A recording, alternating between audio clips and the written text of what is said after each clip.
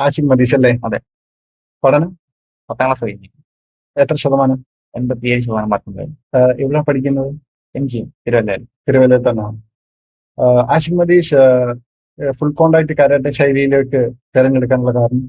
Full contact എന്ന് പറയുമ്പോൾ നമുക്ക് ബോഡി ഫുൾ നമ്മൾ ട്രെയിൻ ചെയ്ത് പഠിപ്പിക്കും. ഉം, ബോഡി ഫുൾ ഉം, സ്ട്രോങ് ആവും, ബോഡി ഫുൾ സ്ട്രോങ് ആവും, നമുക്ക് കരുത്ത് തോന്നും, നമുക്ക് എവിടെ വന്ന് പോവാൻ നമുക്കൊരു കോൺഫിഡന്റ് ആവും. ഓക്കെ.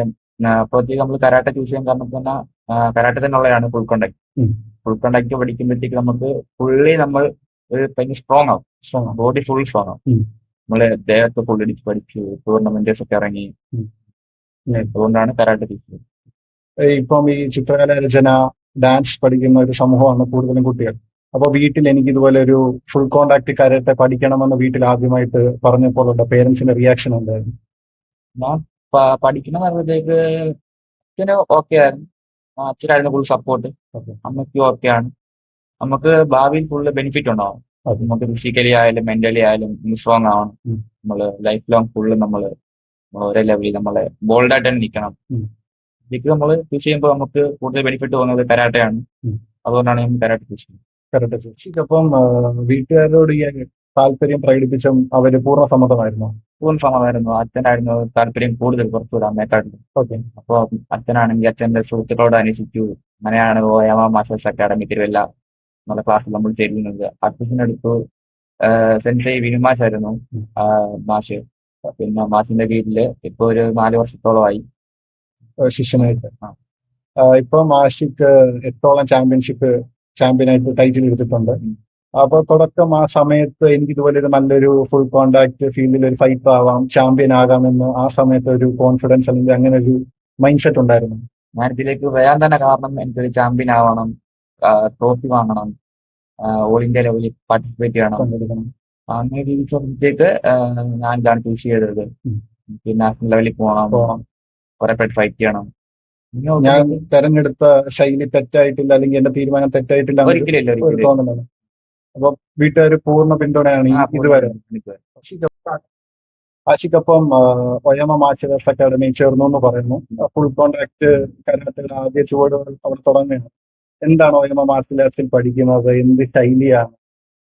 അതിനെ പറ്റിയിട്ടൊന്ന് ആദ്യ കരാട്ടെ ക്ലാസ്സുകളെ പറ്റിയിട്ടൊന്നൊരു വിശദമാക്കാൻ പറ്റും? നമ്മൾ പഠിക്കുന്ന സ്റ്റൈൽ എന്ന് പറയുമ്പോഴത്തേക്ക് കിയോകുഷിനാണ്. ക്യൂകുഷൻ. ഓക്കെ.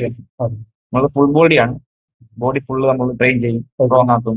അതാണ് നമ്മൾ കയറിയ സമയത്ത് ഭയങ്കര ജോയിന്റ് പെയിൻ ആയിരുന്നു. ഉം. നമുക്ക് നിർത്താൻ തോന്നി. ഉം. ഇടയ്ക്ക് നിർത്തിയതാണ്. ആ. ഒരു മാസത്തോളം ഞാൻ നിർത്തി. എന്താണ് ശാരീരികമായിട്ടുള്ള ബുദ്ധിമുട്ടോ അതോ അല്ലെങ്കിൽ ജോയിന്റ് പെയിൻ, ആ. ജോയിന്റ് പെയിൻ, ഷോൾഡർ പെയിൻ, ആ.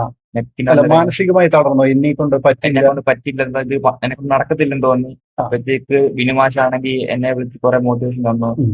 നമ്മളെക്കൊണ്ട് മനുഷ്യരെ കൊണ്ട് സാധ്യമാവാത്തത് ഒന്നുമില്ലെന്ന് ഈ ലോകത്ത് എന്നെ മനസ്സിലാക്കി തന്നു. തന്നു.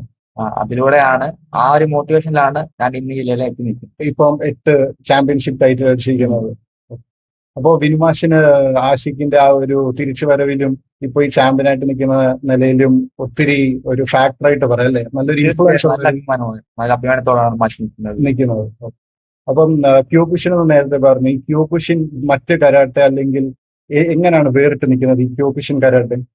മൊത്തത്തിലേ വ്യത്യസ്തമാണ്. ഓക്കെ. നമ്മൾ ട്രെയിനിങ് എന്ന് പറഞ്ഞാൽ ഹാർഡ് ട്രെയിനിങ് ആണ്. നമുക്ക് ഒരിക്കലും ഒരു നോർമൽ മനുഷ്യനെ കൊണ്ട് താങ്ങാൻ പറ്റുന്നതിൽ അധികമാണ്. ഓക്കെ.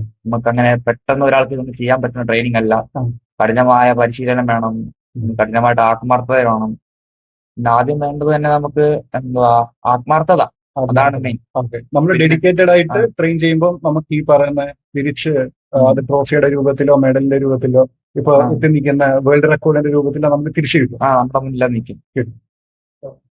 ആഷിഖ് ഇപ്പം എത്ര ചാമ്പ്യൻഷിപ്പുകൾ പങ്കെടുത്തിട്ടുണ്ട്? മൊത്തത്തിൽ നാഷണൽ ചാമ്പ്യൻഷിപ്പിൽ ഇറങ്ങിയിട്ടുള്ളത് നാഷണലിൽ 8 പങ്കെടുത്തു. 8 നാഷണൽ ചാമ്പ്യൻഷിപ്പ് പങ്കെടുത്തിട്ടുണ്ട്. ചാമ്പ്യനാണ്. ഫസ്റ്റ് ചാമ്പ്യൻഷിപ്പ് എവിടെ വെച്ചായിരുന്നു?